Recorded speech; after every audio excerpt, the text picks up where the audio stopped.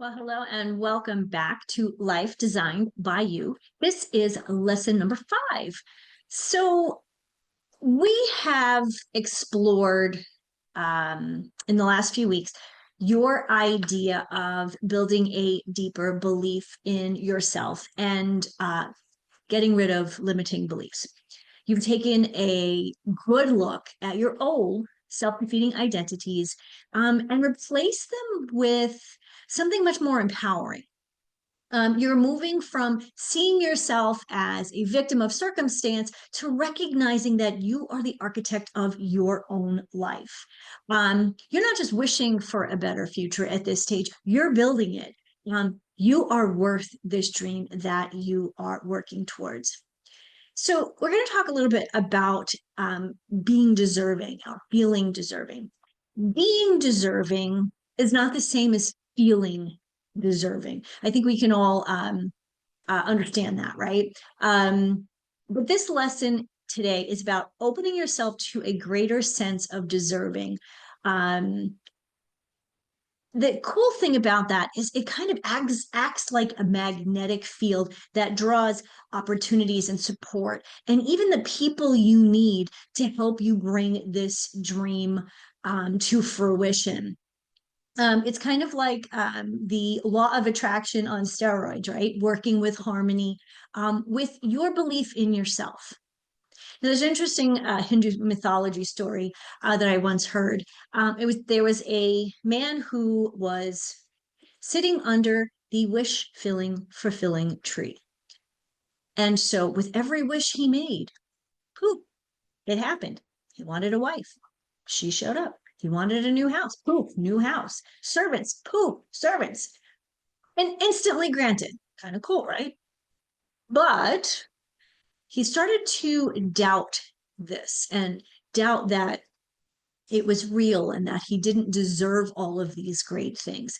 And as soon as he had that thought got stuck in his head. Guess what happened? Like that, everything disappeared.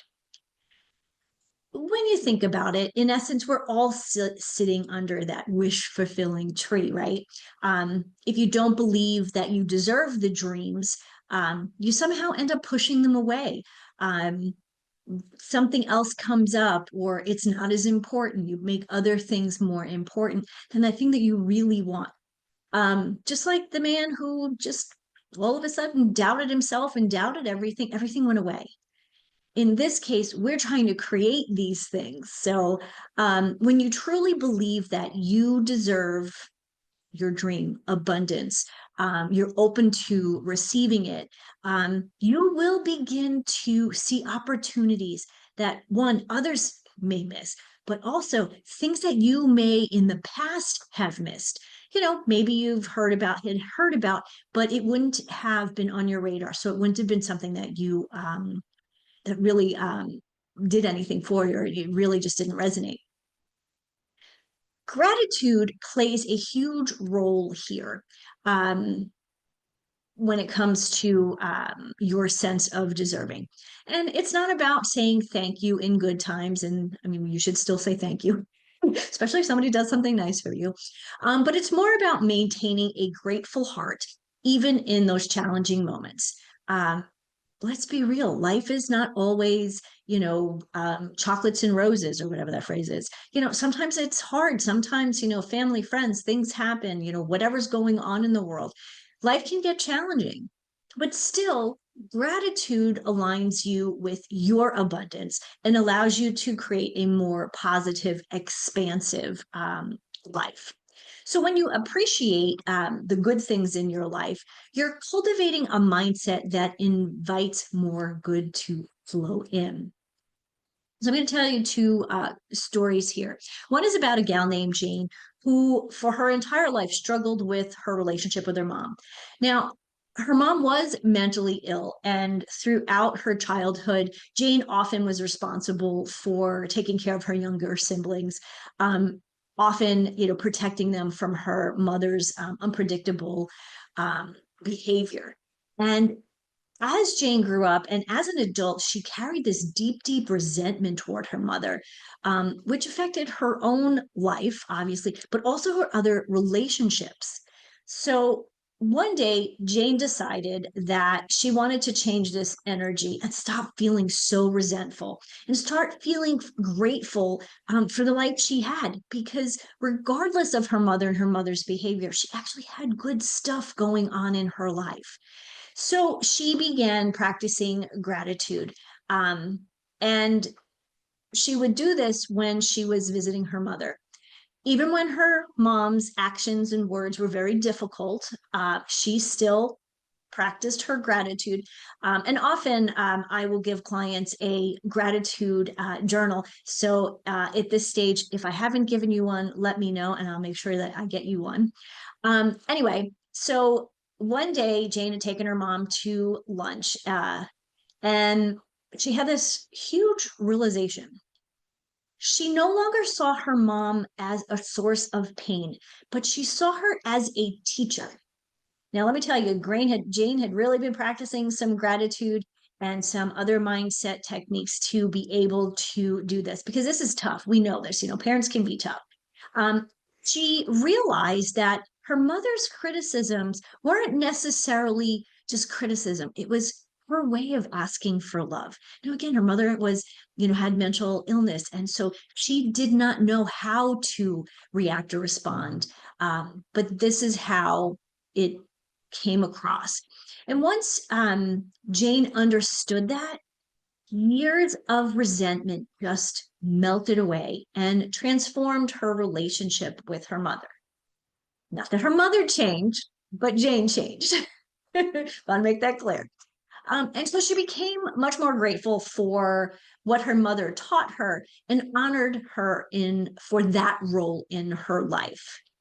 So, we've talked a little bit about shifting perspective. So I just want to touch on that again and use this particular example.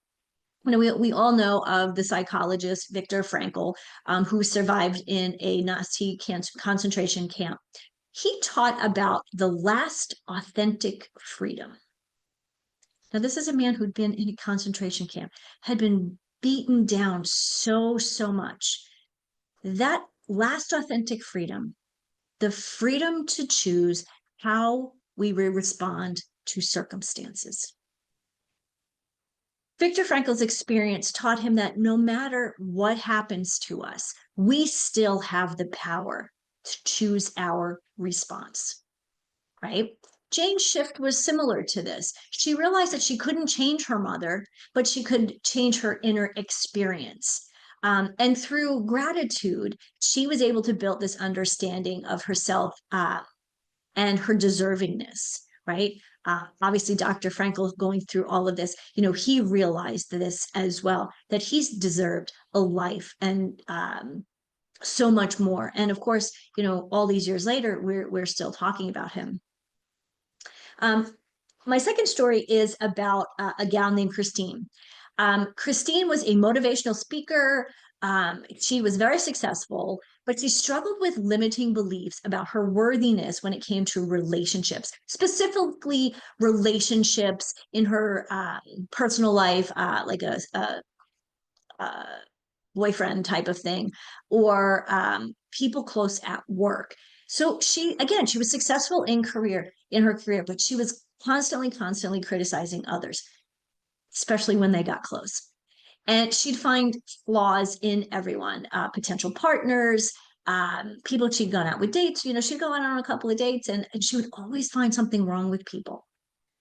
At some point, she realized that her problem was she didn't feel that she deserved to have a specific relationship. So she just kept pushing people away. And of course, time after time, she realized she was the problem. Whatever was going on in her mind was the challenge. It was her own belief system.